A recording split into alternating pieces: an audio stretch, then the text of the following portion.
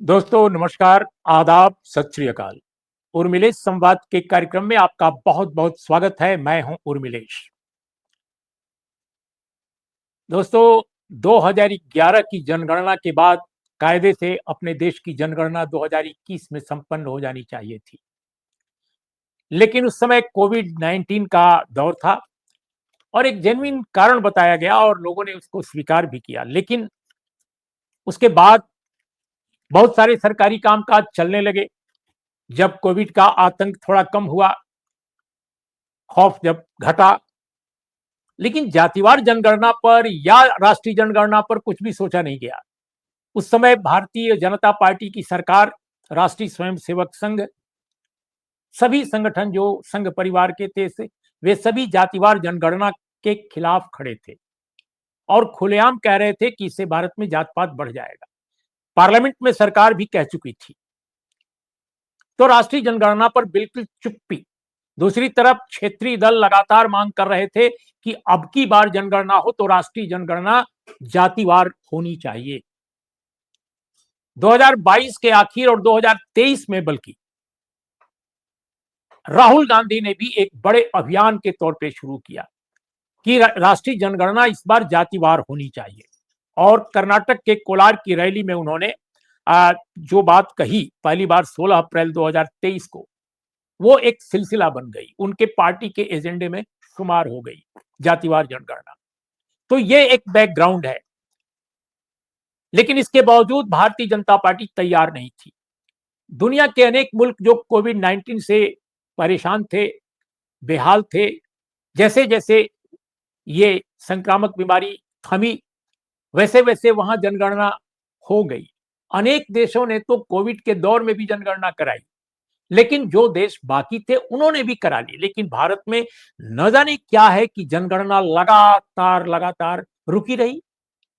कोई देश अगर, और वो भी भारत जैसा बड़ा देश और जो डेमोक्रेसी पर आधारित है, अगर वो अपनी जनगणना न कराएगा, अगर डेटा ही नहीं पाएगा, तो योजनाओं को अमल कैसे करेगा, योजनाओं को लागू कैसे करेगा, विजुअलाइज कैसे करेगा कि किस तरह की योजना की जरूरत है, किस तरह की नहीं है। बहुत सारे सवाल हैं। अब राष्ट्रीय जनगणना 30 अप्रैल को राष्ट्रीय स्वयंसेवक संघ के विमर्श के बाद, जो प्रधानमंत्री मोदी के साथ मोहन भागवत ने प्रधानमंत्री निवास में की, उसके बाद घोषित की गई 30 अप्रैल को कि भाई अब जातिवार जनगणना कराई जाएगी। लेकिन शेड्यूल घोषित करने में काफी वक्त लगाया गया और 4 जून को ये घोषित की गई है कि जातिवार जनगणना होगी, लेकिन ओबीसी की अलग छतरी में गिनती नहीं होगी। यानी काउंट जो होगा अलग अलग कास्ट का होगा, ओबीसी एज सच नहीं होगा। यानी percentage of OBC in India, percentage of OB और जनसंख्या कितनी ओबीसी की है, ये आंकड़ा नहीं आ पाएगा। जो लोग जोड़ घटाव करने में उस्ताद हैं वो शायद ये आंकड़ा लें। तो ये बैकग्राउंड थोड़ा विस्तार से मैंने आपके सामने दोस्तों पेश की, और अब हम इसी मुद्दे पर बात करने जा रहे हैं देश के जाने माने पत्रकार, लेखक आशुतोष जी से। जी आशुतोष जी, आपका बहुत बहुत स्वागत है इस कार्यक्रम में। और सबसे पहले तो आप ये बताइए कि जातिवार जनगणना का राष्ट्रीय जनगणना में शुमार किया गया है, इसका जो ऐलान हुआ 30 अप्रैल को हुआ, उस वक्त भी शेड्यूल जारी किया जा सकता था, लेकिन 4 जून को किया गया है, इतने दिनों के बाद, और वो भी जब देश अलग अलग ढंग के विषयों में इस समय व्यस्त है। और ऑपरेशन सिंदूर के बाद, सीज फायर के बाद जो कुछ चल रहा है देश में, अचानक एक झटका सा लगा है और एक नया विषय प्रधानमंत्री मोदी की सरकार ने लोगों के सामने पेश कर दिया है। कैसे देखते हैं आप? देखिए उर्मिलेश जी, इस वक्त अगर आप सरकार को ध्यान से देखें तो सरकार चारों तरफ से घिरी हुई दिखाई पड़ती है। जो ऑपरेशन सिंदूर के बाद जो सीज फायर हुआ, उसका कोई लॉजिकल एक्सप्लेनेशन सरकार के पास है नहीं। आप सरकार से जितनी बार भी पूछिए तो सरकार कोई कायदे का जवाब नहीं दे पाती। सिर्फ इतनी सी बात कहती, भाई पाकिस्तान तो घुटने पर आ गया था और उनको ये लग रहा था कि वो अब उनकी दिक्कतें काफी बढ़ जाएंगी, तो लिहाजा उनके डीजीएमओ का फोन आया और हमारे डीजीएमओ ने उनकी बात मान ली। ये जो तर्क है, ये तर्क किसी के गले उतर ही नहीं रहा है। इस बीच उनकी मिट्टी पलीत कर दी है अमेरिका के राष्ट्रपति डोनाल्ड ट्रंप ने, जिन्होंने 11 बार से ज्यादा तो यही कह दिया कि उन्होंने भारत और पाकिस्तान के बीच में समझौता कराया, सीज फायर कराया, और जो ट्रेड का उन्होंने डर दिखाया जिसकी वजह से दोनों देश मानने लगे। फिर वो चले गए कोर्ट में भी उन्होंने एफिडेविट उनकी सरकार ने दे दिया। तो एक सीज फायर आप क्यों आपने किया, और उसके बाद आपने पाकिस्तान को इन्फॉर्म क्यों किया कि पाकिस्तान की फौज को, जो हमारे विदेश मंत्री ने का जो बाइट सबके सामने है। तो कुछ ऐसे सवाल हैं जिसके जवाब सरकार के पास नहीं है। इसीलिए सरकार, जब विपक्ष बार बार यह कह रहा है कि विशेष सत्र बुलाया जाना चाहिए संसद में, और विशेष सत्र क्यों नहीं बुलाना चाहिए, अगर बकौल सरकार अगर भारत ने जंग जीती है तो फिर जश्न संसद के अंदर होना चाहिए और सारे देश उस जश्न को देखें, और वहां आम राय से एक प्रस्ताव पारित हो कि भारत ने पाकिस्तान के ऊपर विजय हासिल कर ली। लेकिन दाल में कुछ काला है, इसी वजह से ना तो विशेष सत्र बुलाया जा रहा है और ना ही विपक्ष के सवालों के करीने से जवाब दिए जा रहे हैं। उल्टे ये कहा जा रहा है कि विपक्ष तो पाकिस्तान की बोली बोल रहा। तो सरकार इस वक्त फंसी हुई है, और मुझे ऐसा लगता है कि ये सरकार को ये लगता है कि जब वो इस तरीके की कास्ट सेंसस का कोई समय सारणी घोषित करेंगे तो शायद देश का विमर्श कुछ बदले, कुछ देश का जो नैरेटिव है वो बदले, और चर्चा जो इस वक्त ऑपरेशन सिंदूर के बाद शुरू हुई है उससे हटके कहीं और चली जाए। क्योंकि जितना इस पे चर्चा होती रहेगी, मेरा ये स्पष्ट तौर पर मानना है, जितनी चर्चा सिंदूर पर होगी, जितनी चर्चा सीज फायर पे होगी, जितनी चर्चा भारत और पाकिस्तान को लेकर होगी, उतना ही इस सरकार को नुकसान होने वाला, फायदा नहीं होने वाला है। और ये बात मैं इसलिए कह रहा हूं क्योंकि जैसे कि अयोध्या में राम मंदिर की जो उद्घाटन था, और उसके बाद भारतीय जनता पार्टी अयोध्या में चुनाव हार गई, 240 से ज्यादा सीटें लेकर नहीं आई, तो उसने राम मंदिर के आंदोलन को और भारतीय जनता पार्टी के हिंदुत्व की एक लक्ष्मण रेखा तय कर दी। अब इससे ज्यादा आप उसको इलास्टिक को नहीं खींच सकते। उसी तरीके से मुझे लगता है कि अब सीज फायर ने, ऑपरेशन सिंदूर ने भारतीय जनता पार्टी के राष्ट्रवाद की भी एक सीमा रेखा तय कर दी है। अब इससे बियॉन्ड आप नहीं जा सकते हैं, और क्योंकि इससे अब लोग नाराज, तो मैं नहीं शब्द का इस्तेमाल करूंगा, लेकिन लोगों के अंदर एक बेचैनी है कि जो प्रधानमंत्री 56 इंच सीने की बात करते थे, पाकिस्तान के 2 टुकड़े करने की बात करते थे, पीओके ले जाने की बात करते थे, उनका ही अपना विदेश मंत्री पाकिस्तान की फौज को फोन करके बता रहा कि भाई हम आपके ऊपर हमले नहीं कर रहे हैं और सीजफायर बिना किसी कारण कर दे रहे हैं। यह नैरेटिव उनके राष्ट्रवाद को, प्रधानमंत्री की छवि को नुकसान पहुंचा रहा है। लिहाजा उस नैरेटिव को बदलने की कोशिश के तौर पर मैं देखता हूं कि पूरी की पूरी बातचीत अब कास्ट सेंसस पर आ जाए, न कि सिंदूर और सीजफायर पे।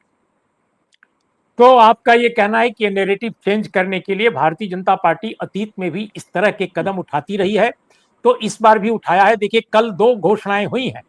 एक तो जो आपने जिक्र किया कि पार्लियामेंट का स्पेशल सेशन बुलाने का विपक्ष जो है डिमांड कर रहा था, तो इन्होंने कहा कि हम जुलाई से नॉर्मल सेशन करेंगे और उसमें आप डिस्कस कर लीजिए। एक ये भी घोषणा की गई कल, और दूसरी ये जातिवार राष्ट्रीय जनगणना की घोषणा की गई और उसका शेड्यूल घोषित किया गया।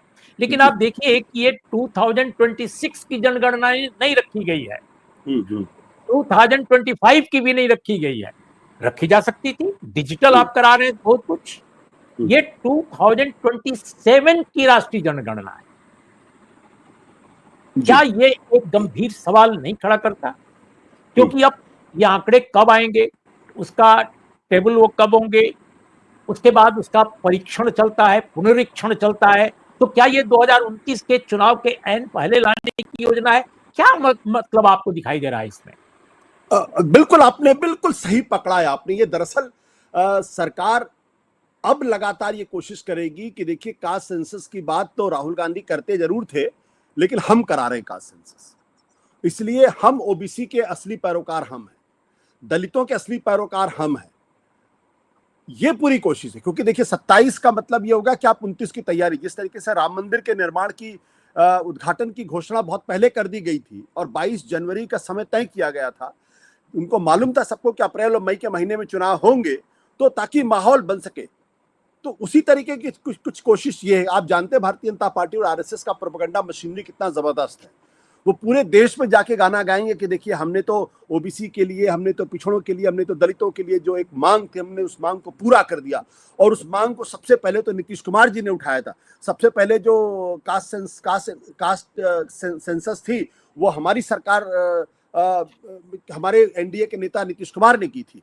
तो वहां से इस पूरे घटनाक्रम को लेके आएंगे और फिर उसका फायदा उठाने की कोशिश करेंगे।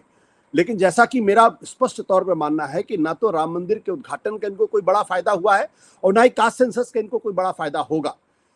उसके दो बड़े कारण हैं। एक बड़ा कारण यह कि प्रधानमंत्री की अपनी घटती हुई लोकप्रियता का मतलब ये कि प्रधानमंत्री की जो अपनी क्रेडिबिलिटी थी, अब वो उस क्रेडिबिलिटी को बहुत तगड़ा नुकसान हुआ है। 2024 का लोकसभा के चुनाव में जब वो बनारस के अंदर वो उस हारते हारते लगभग चुनाव बचे, तो उससे स्पष्ट हो जाता है कि उनकी अपनी क्रेडिबिलिटी आज की तारीख में कितनी है, लोकप्रियता कितनी है। पहला सवाल, पहला तो ये। दूसरी बात यह है कि अब जो कांग्रेस पार्टी और पूरे विपक्ष का संदेश ये है कि देखिए हमने कास्ट सेंसस की मांग की थी, हम लगातार इस मुद्दे को उठा रहे थे। और जब नीतीश कुमार ने ये भी बिहार के अंदर जब कास्ट सेंसस की बात की थी, उस वक्त भी प्रधानमंत्री जी ने उसको ग्वालियर की अपनी रैली में पाप कहा था और कहा था ये देश के विकास के खिलाफ है। तो जो पार्टी, जो प्रधानमंत्री उसको पाप बता रहे थे, अचानक उनके प्रति उनको प्रेम कैसे उमड़ पड़ा? तो ये एक बड़ा कारण है जिसकी वजह से मुझे लगता है कि लोगों को लगेगा कि मजबूरी में उठाया हुआ कदम है, उसका राजनीतिक इस्तेमाल करने की कोशिश की जा रही है। और वो दलित पिछड़ा समुदाय जो पिछले चुनाव के अंदर इनसे दूर होता हुआ दिखाई पड़ा लोकसभा के चुनाव में, उसको एक बार फिर से लाने की कोशिश की जाए। उस संदर्भ में अगर आप देखेंगे तो ये बात ज्यादा बेहतर तरीके से समझ में आएगी। लेकिन एक बड़ा सवाल पिछड़ों में उठ रहा है कि जैसे उन्होंने एससीज को बांटा और हरियाणा के चुनाव से ऐन पहले जो विभाजन एक दिखाई दिया, अब उसके अलग अलग बेनिफिट्स बताए गए लोगों को कि दलित समाज में ऐसी जातियां बहुत सारी हैं जिनको की बेनिफिट पूरा रिजर्वेशन का नहीं जा रहा है, इसलिए ये विभाजन जरूरी है। और चूंकि सुप्रीम कोर्ट से वो आदेश आया था जिसको अमली जामा पहनाने जा रही थी सरकार और उसके लिए प्रतिबद्धता जाहिर कर रही थी, लेकिन उससे एससी कम्युनिटी में काफी डिवीजन हुआ और वो डिवीजन आज भी बरकरार है, जो बीजेपी के फायदे में गया डिवीजन, क्योंकि एक सेक्शन बीजेपी दलित का जो वोट नहीं करता था वो आ गया। आपको क्या लगता है कि ओबीसी कम्युनिटी में इस बार भी जो किया जा रहा है कि सभी जातियों की गणना तो की जा रही है ओबीसी की, लेकिन ये नहीं बताया जाएगा इस जनगणना के आंकड़े में कि टोटल परसेंटेज ऑफ ओबीसी क्या है, टोटल स्ट्रेंथ ऑफ ओबीसी क्या है, total number of OBC community क्या है।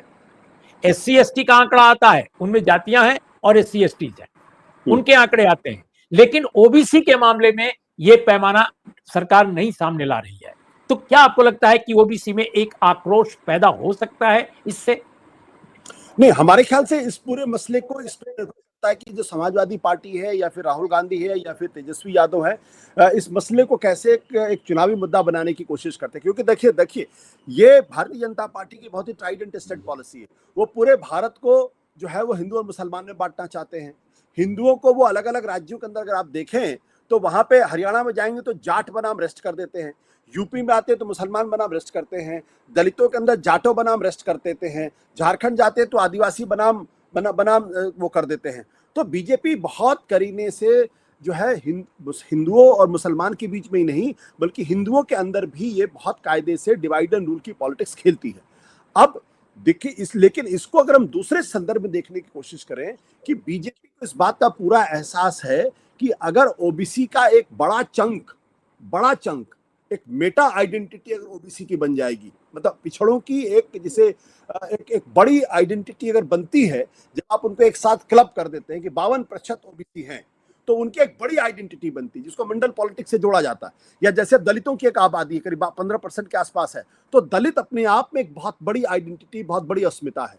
उसी तरीके से अपर कास्ट की एक बड़ी अस्मिता है। तो पूरी कोशिश ये है कि जो ओबीसी तबके की कोई बड़ी आइडेंटिटी अपने आप में इंडिपेंडेंट न बने और उनको अलग अलग जातियों के अंदर हम बांट के दिखा दें। ये एक अपने आप में अगर आप मंडल पॉलिटिक्स के हिसाब से देखेंगे तो ये एक बड़ी ही खतरनाक पॉलिटिक्स है जो दलितों, जो पिछड़ों की अपनी पूरी की पूरी आइडेंटिटी को ही खत्म कर देती है ताकि पिछड़े यूनाइटेड होकर अपनी डिमांड को एक साथ न उठा पाए। अब उनकी पहचान कुर्मी की तरीके से होगी, यादव की तरह होगी, क्वेरी की तरीके से होगी, या फिर और जो छोटी छोटी जातियां उनकी तरीके से होगी। तो ये तो बिल्कुल उसी तरीके की पॉलिटिक्स है जैसे जब आप हिंदू की बात करते हैं तो ब्राह्मण, क्षत्रिय, वैश्य, दलित, पिछड़े आ जाते हैं उसमें, तो अलग अलग खांचों में बटे हुए दिखाई पड़ते हैं। तो भारतीय जनता पार्टी कहती तो जरूर है कि सारे हिंदुओं को हमें एक करके चलना है, लेकिन हकीकत में वो हिंदुओं को बांटने की पूरी कोशिश में लगी हुई है। और चूंकि अगर पिछड़े एक साथ अगर उनकी कोई पहचान बनती है अखिल भारतीय स्तर पर, जो कि है पहचान, जो राम मनोहर लोहिया ने जिस आंदोलन की शुरुआत की थी, जिसको सूत्रपात किया था, जिसको आगे बढ़ाया था कर्पूरी ठाकुर ने, और जो आगे चल के विश्वनाथ प्रताप सिंह ने जब 27% का आरक्षण किया, 54% की बात हुई मंडल आयोग के बाद से, तो वो जो एक अपने आप में कंसोलिडेटेड स्थूल आइडेंटिटी जो थी, उस पूरी स्थूल आइडेंटिटी को ही खत्म करने की बड़ी ही उछली, बहुत ही छोटी कोशिश है।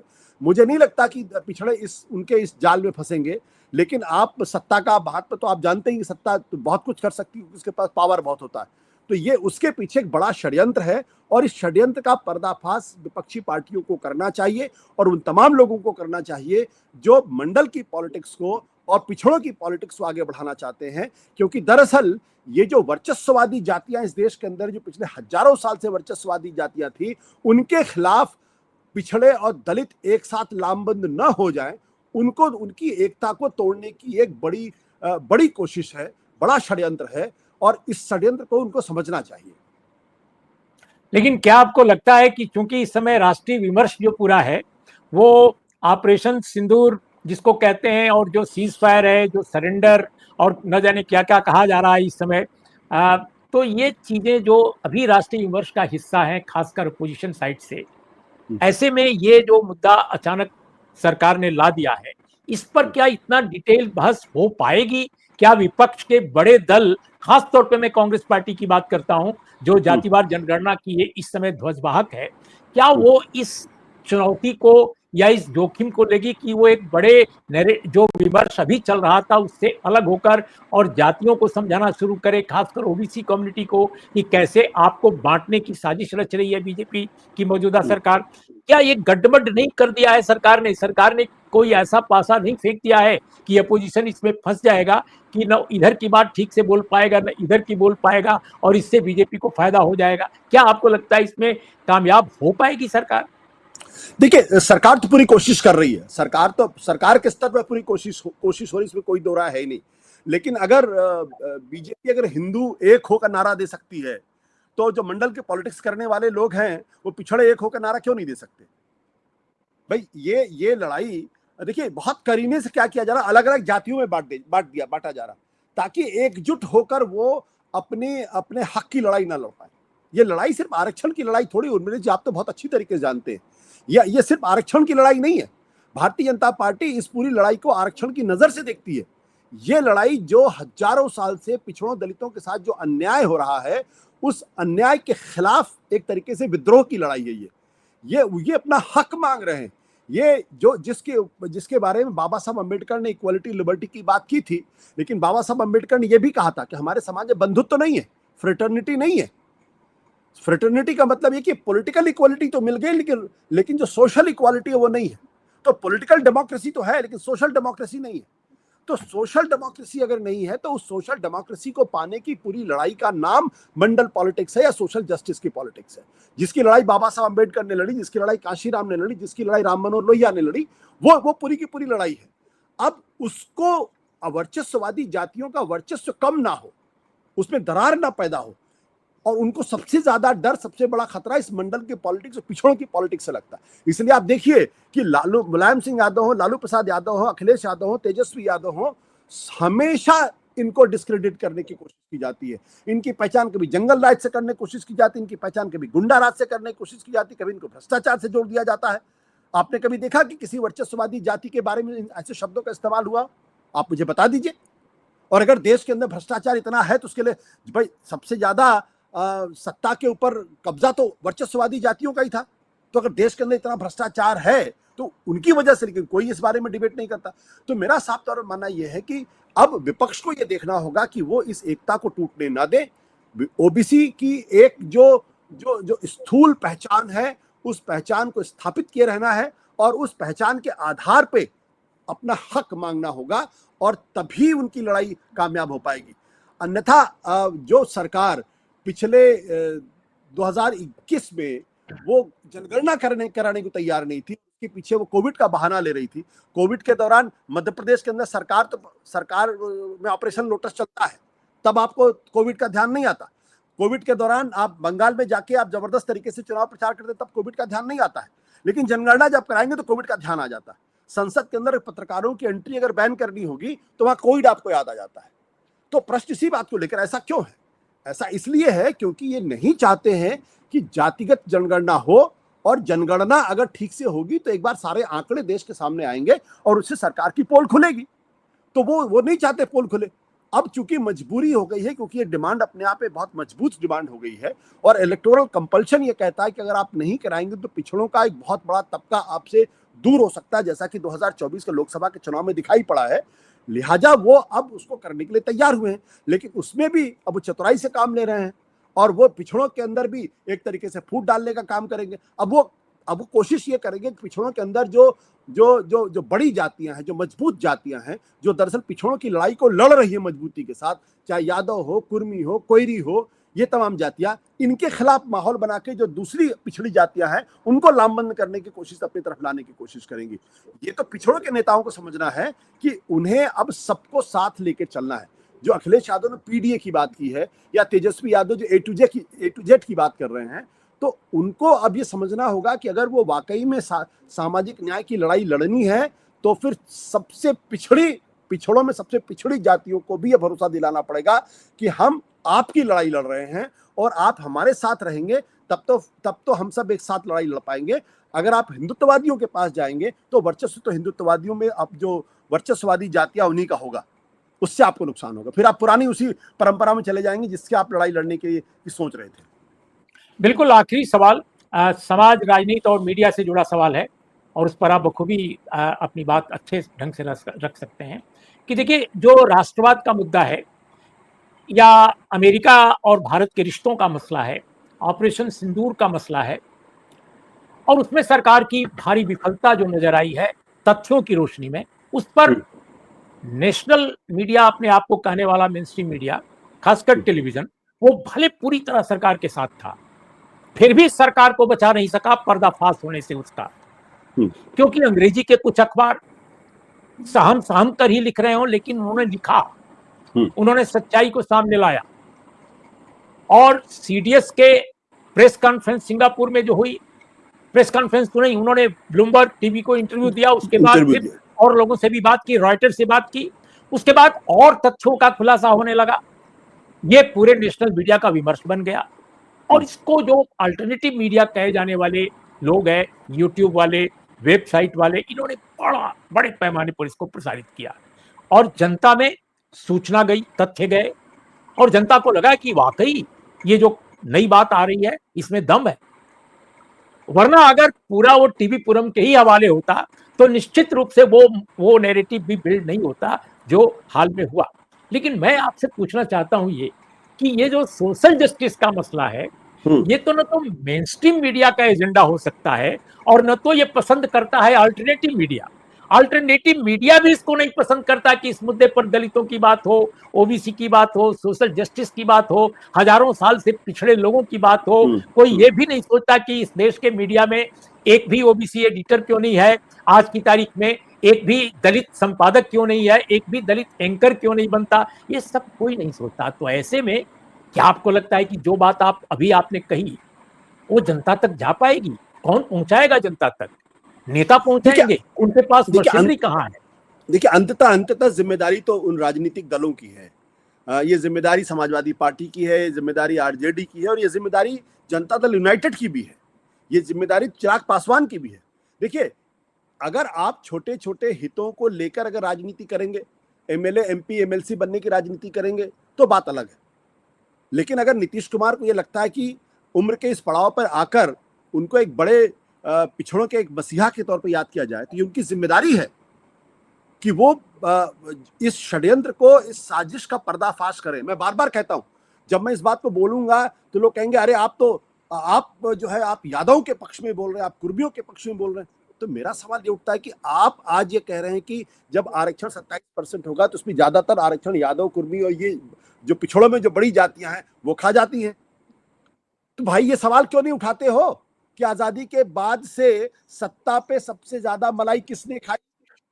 पहले उस विमर्श को लेके आइए कि ब्राह्मण, क्षत्रिय, वैश्य, उस तब आपके मुंह में दही क्यों जम जाती है कि उन जातियों के बारे में, अपर कास्ट के बारे में बात नहीं करते हैं? आपको यादव क्यों याद आता है? आपको कुर्मी क्यों याद आता है?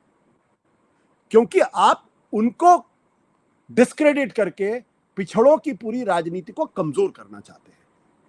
ये सवाल यादवों का नहीं कि यादव ने सारी मलाई खा ली, ये सारी कुर्मी ने मलाई खा ली। अगर आप हिंदू समाज को लेके चलेंगे तो उसकी सारी मलाई कौन खा रहा था पिछले 2000 साल से? इसमें विमर्श क्यों नहीं होता? तो मुझे लगता है कि आज की तारीख में अब सरकार के लिए इसको इतने बड़े लेवल पे कर पाना थोड़ा मुश्किल काम होगा। आपने देखिए, आरक्षण तो छोड़ दीजिए, संविधान का मसला थोड़ा सा खड़ा हो गया। राहुल गांधी ने खड़ा किया संविधान का मसला, और उत्तर प्रदेश के अंदर भारतीय जनता पार्टी एकदम लंबा लेट हो गई। पूरा मीडिया लगा हुआ था बीजेपी को जिताने में, 400 से ज्यादा सीटें दे रहा था।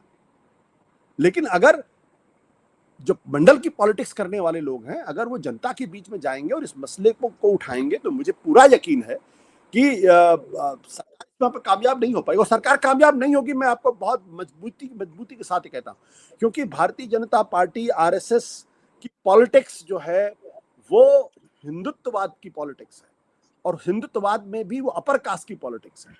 तो वो कभी भी अपना हक नहीं छोड़ेंगे। वो ये परसेप्शन जरूर देने की कोशिश करेंगे कि देखिए हम तो पिछड़ों के साथ हैं, दलितों के साथ हैं, और पिछले 10 साल में वो कई बार कामयाब भी हुए, चुनाव में भी कामयाब हुए। लेकिन पिछड़ों दलितों के अंदर एक नई लीडरशिप आ रही, एक नया मिडिल क्लास आ रहा है। ये मिडिल क्लास अब अपने हितों को समझता है। ये मिडिल क्लास राजनीतिक पार्टियों से ऊपर है, और ये अपनी लड़ाई सोशल मीडिया के माध्यम से, यूट्यूब के माध्यम से और अलग अलग छोटी छोटी सभाओं के माध्यम से कर रहा है। तो इसलिए सरकार बहुत ज्यादा कामयाब होगी मुझे लगता नहीं है। लेकिन हाँ, जो आशंका आपके मन में है वो आशंका बिल्कुल जायज है। जो मीडिया है, आज की तारीख में मीडिया, आप देखिए वहां पे हमेशा कास्ट सेंसस भी बात होता, और उसमें अगर आप जितने एंकर और जितने उसमें पार्टिसिपेंट हैं सबके अगर आप सरनेम देख लेंगे तो आपको पता चल जाएगा उसमें एक भी पिछड़ा नहीं होता, उसमें एक भी दलित तबके का नहीं होता, उसकी आवाज ही नहीं होती, और बात आप उनके बारे में कर रहे हैं। फिर जब आप उनसे पूछिए कि भाई ऐसा क्यों है, तो वो कहते हैं कि भाई आप जातियों के आधार पर क्यों देख रहे हैं, क्या हम पिछड़ों के बारे में गलत बोलेंगे? अरे भाई, जो आपकी मानसिकता हजारों साल की मानसिकता है उसको वो कैसे बदल सकती है? जो आरक्षण विरोधी मानसिकता है, या जो पिछड़ा विरोधी मानसिकता है, या जो या दलित विरोधी मानसिकता, वो कैसे बदल सकती है? तो मुझे लगता है कि आपकी चिंता बिल्कुल जायज है, इसमें कोई दो राय नहीं, आपकी आशंका भी पूरी तरीके से जायज है। लेकिन अब समाज की इस धारा को रोका नहीं जा सकता। ये क्रांति धीरे धीरे बहुत स्थूल रूप लेती हुई दिखाई पड़ रही है, और वो दिन दूर नहीं है जब पिछड़ों के लिए अलग से आरक्षण के साथ साथ प्राइवेट सेक्टर में भी आपको आरक्षण देना पड़ेगा, और 50% की सीलिंग भी तोड़नी पड़ेगी। हाँ, बिल्कुल। एक और सवाल, सवाल से पहले मैं अपने दर्शकों श्रोताओं को बता दूं, जो अभी आशुतोष जी कह रहे थे उसके कॉन्टेक्स्ट में एक बहुत इंपॉर्टेंट इंफॉर्मेशन कि भारत में मीडिया के अंदर कैसे सिर्फ कुछ ही जातियों का वर्चस्व है और देश की 80% आबादी का बिल्कुल रिप्रेजेंटेशन नहीं है निर्णयकारी पदों पर। यह सवाल सबसे पहले किसी भारतीय ने नहीं उठाया। भारत में इतने अच्छे संपादक, विद्वान, एडिटर थे, किसी ने नहीं उठाने की कोशिश की। इस सवाल को सबसे पहले उठाया मेलबोर्न यूनिवर्सिटी के एक प्रोफेसर, हिस्टोरियन रॉबिन जेफरी ने, और उसके बाद यह सिलसिला चल पड़ा। वो एक लंबी कहानी है। लेकिन दोस्तों, अभी हम सवाल जो आशुतोष जी से कर रहे हैं वो हमारा इस एपिसोड का आखिरी सवाल है, और वो ये कि आशुतोष जी नीतीश कुमार जी का नाम लिया, उन्होंने बहुत आशावादिता दिखाई। गजब का आशावाद है आशुतोष जी आपका। आप जानते हैं कि 2023 के नवंबर महीने में सर्वे आया बिहार का, जाति वार सर्वेक्षण, उसके आंकड़े पब्लिश हो गए। उसके रोशनी में 65% रिजर्वेशन दिया गया SC ST OBC सब मिलाकर, और उसको पास कर दिया विधानसभा ने, रिकमेंड कर दिया। उस पर हाई कोर्ट की बंदिश आ गई, सुप्रीम कोर्ट में मसला आया। 9th शेड्यूल में उस मुद्दे को डालकर, उस पहलू को डालकर, उस प्रस्ताव को डालकर केंद्र और राज्य सरकार दोनों किसी भी कोर्ट के किसी भी प्रोवोकेटिव से निजात पा सकते थे, लेकिन उन्होंने ऐसा नहीं किया। नीतीश कुमार जी ने आरजेडी का साथ छोड़ने के साथ ही बोला था कि हम इसको 9th शेड्यूल में डालेंगे। अब एक बार भी उस सवाल को नहीं उठाते और चुनाव बिल्कुल सामने है। तो कैसे आप ये आशा करते हैं कि ये मुद्दा वो उठाएंगे या उन जैसे नेता लोग उठाएंगे जो अपने ही रेजोल्यूशन को पास नहीं करा पा रहे हैं और उनका पूरा का पूरा सर्वेक्षण एक कोरा कागज बनकर रह गया है। देखिए उर्मिलेश जी, नीतीश कुमार भारतीय राजनीति की एक त्रासदी है, ट्रेजेडी है वो। और उनमें जितनी संभावनाएं थी, वो संभावनाएं सिर्फ कुर्सी तक आके सिमट के रह गई है। उनके अंदर वो संभावना थी कि वो पूरी मंडल पॉलिटिक्स के एक मात्र बहुत बड़े नेता बन सकते थे।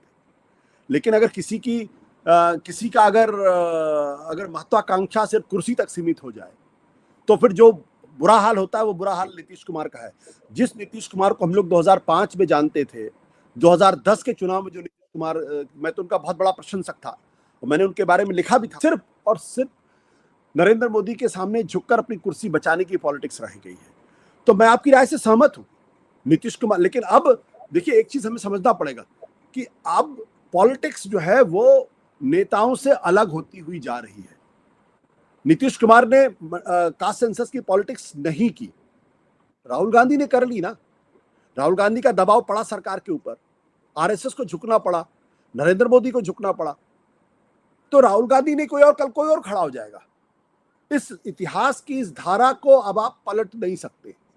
दुनिया की कोई ताकत पलट नहीं सकती, सिर्फ इसको डिक्टेटरशिप पलट सकती है, इसके अलावा कोई नहीं पलट सकता। लोकतांत्रिक व्यवस्था भारत में जब तक है, तब तक पिछड़ों दलितों के इस हक को अब कोई रोक नहीं सकता। हाँ, उसमें बांध बनाया जा सकता, उसकी धारा को, थोड़ा पानी को रोका जा सकता है, इसके अलावा कुछ नहीं हो सकता। जो काम 10 साल में होना चाहिए था वो 20 साल लग सकता है। लेकिन अगर कोई ये सोचे कि उसको रोक सकते तो रोक नहीं सकते। तो नीतीश कुमार और नो नीतीश कुमार, लालू यादव और नो लालू यादव, तेजस्वी यादव या नो तेजस्वी यादव, अब ये बांध अब टूटेगा। और टूटने के बाद जो है एक ऐसा वक्त आएगा जब आप देखेंगे कि इस देश के ऊपर सत्ता के तमाम शीर्ष पदों पर पिछड़े दलितों के लोग बैठे होंगे। और वो वक्त भी आएगा जब वर्चस्ववादी जातियों के लिए अलग से आरक्षण होगा। मैं ये नहीं कह रहा हूं अगले 10 साल में हो जाएगा या 20 साल में हो जाएगा, लेकिन चीजें उसी दिशा की तरफ बढ़ती हुई मुझे दिखाई पड़ रही हैं और उसको कोई रोक नहीं सकता है। 2024 का जो लोकसभा का चुनाव था, इस मामले में मुझे बहुत आशान्वित करता है कि अगर पिछड़े दलित अगर एकजुट हो जाएं तो हिंदुत्ववाद की तमाम ताकत के बावजूद भी अकूत संपत्ति, अकूत संपदा, मीडिया पर टोटल कंट्रोल और राम मंदिर का मुद्दा, और उसके बावजूद या उत्तर प्रदेश के अंदर अगर आप 33 सीटों पर आ जाते हैं तो इससे बड़ी पराजय क्या हो सकती है। और आप अयोध्या में भी हार जाते हैं और बनारस में हारते हारते बचते हैं। तो इसलिए मुझे पूरी उम्मीद है, हाँ, थोड़ा बहुत ऊपर नीचे चलता रहेगा। बहुत बहुत शुक्रिया, बहुत धन्यवाद। सचमुच आपने आज इस विषय पर बहुत ही केवल दिमाग से नहीं, दिल से भी बोला है। और दिल और दिमाग जब मिलते हैं तो बहुत बड़ी ताकत बनते हैं। आशुतोष, नमस्कार, आदाब, सत श्री अकाल।